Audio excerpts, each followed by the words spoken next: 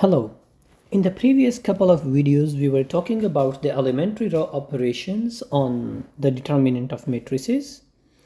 Now, we will again talk about some more operations.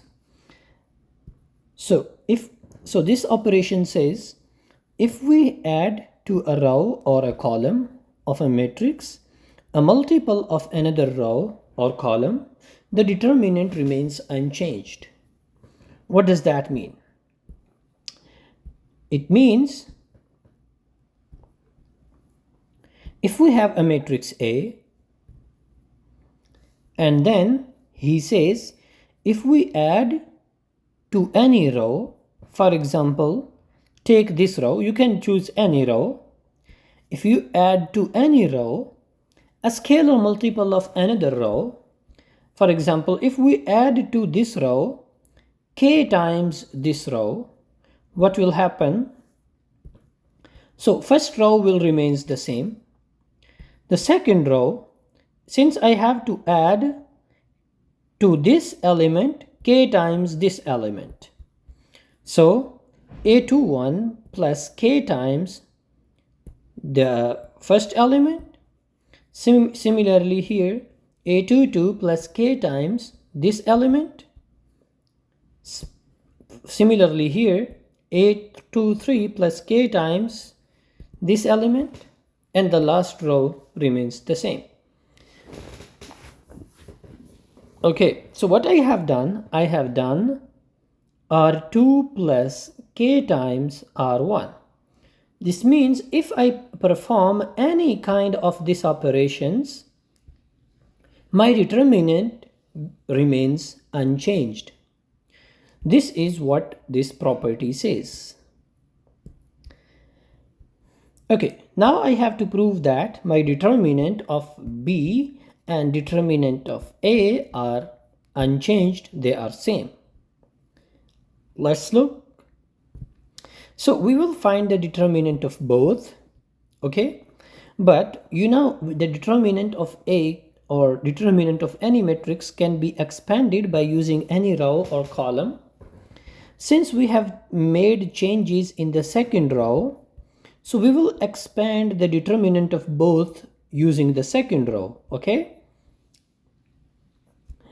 Okay, so if I expand the determinant of A using the second row instead of first row, so my first element is this one. I will write minus 1 to the power 2 plus 1 A21.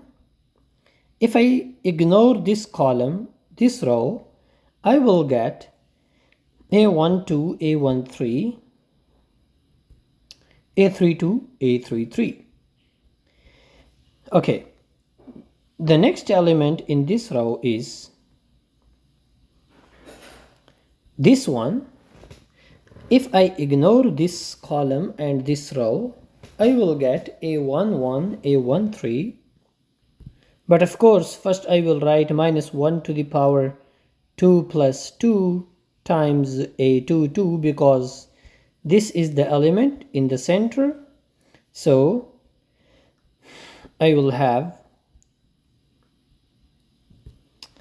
this matrix and then plus minus 1 to the power 2 plus 3 A23 because now I have to consider the last element. If I skip this and this, I will have A11, A12, A31, A32. So this is the determinant of A this time. Now I will prove that the determinant of B is also the same.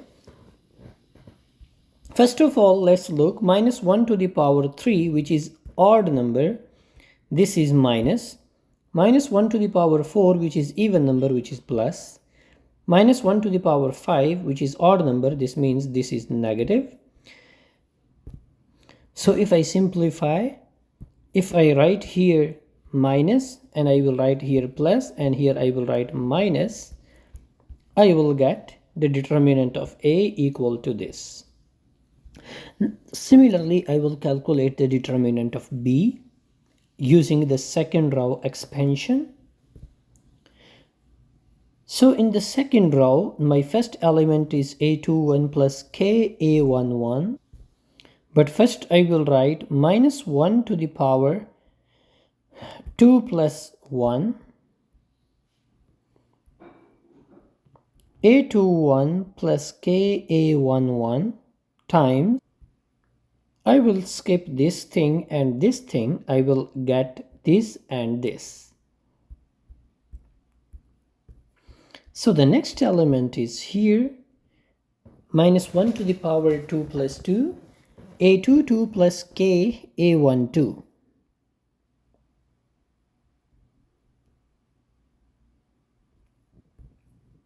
Okay, so after writing this thing, I will write the determinant obtained by ignoring this row and this column.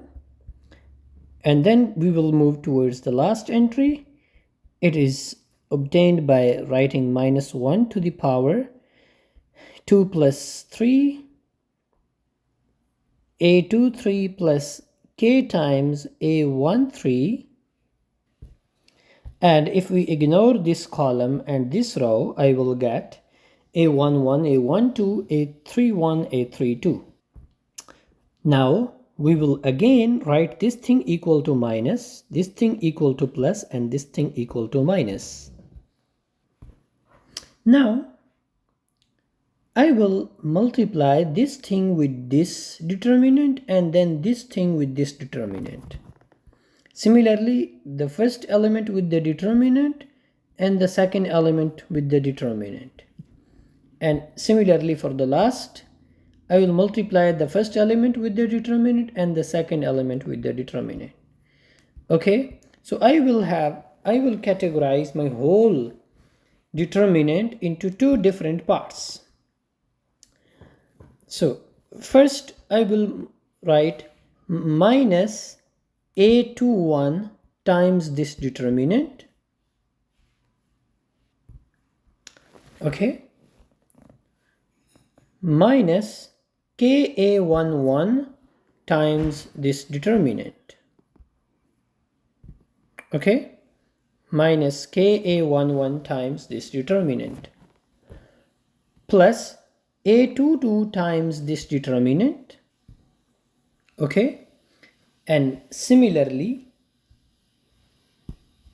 plus ka12 times this determinant.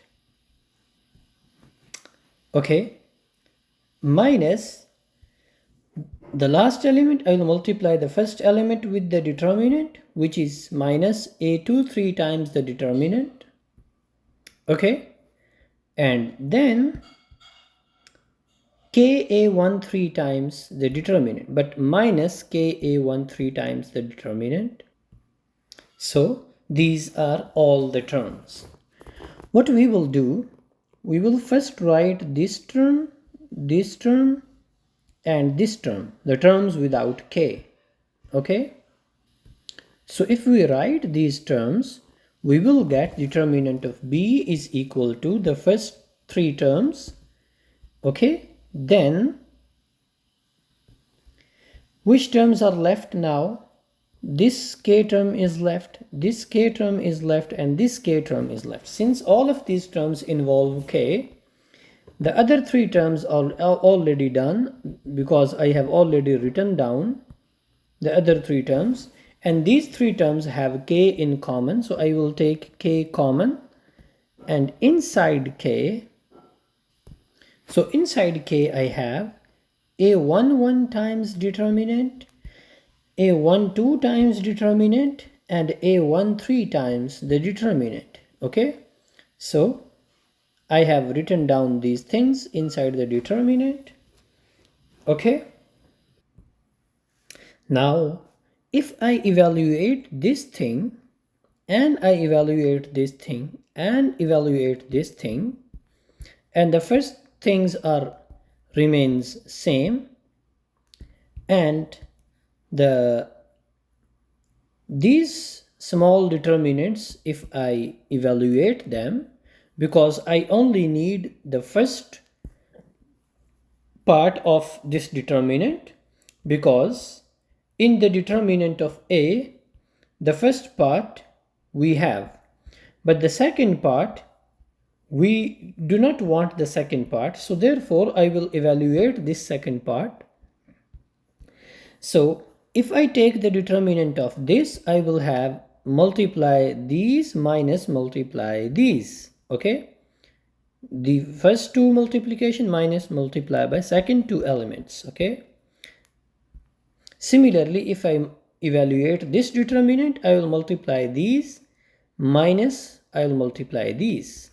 A11, A33 minus, look, A11, A33 minus A13, A31, okay? Similarly, I will write minus A13 times multiply these two minus multiply these two. I have written it down. Okay, next I will again write the first line as it is. And here I will multiply this element with this, and then I will multiply this element with this. So this is obtained by multiplication or by distribution of this with both of these elements. Okay. Similarly, I will distribute this element with this one, and I will distribute it with this one also. So I will get these two terms. Then I'll distribute this with this, and I'll distribute this with these two terms. I will get these things. Okay. So from here, let's look. A11, A12, A33 is negative, but here A11, A12, A33 is positive. So they will be cancelled because one is positive, one is negative, and the things are same. Okay. Similarly, look at this element and this element. They are same because both have A11, both have A13, and both have A32. But one is negative and one is positive, so they will be cancelled too. Okay. Now look at this one and this one. Both terms are same but with opposite sign, because this one is A12, it has A12, and this one also has A12. This one has A13 and this one also has A13. This one has A31 and this one also has A31. So both are equal, but this one is positive and this one is negative, so they will cancelled. Okay, so everything inside is cancelled. So k times inside we have 0, so this whole term is 0. Since this whole term is 0, so the determinant of B is only this first line.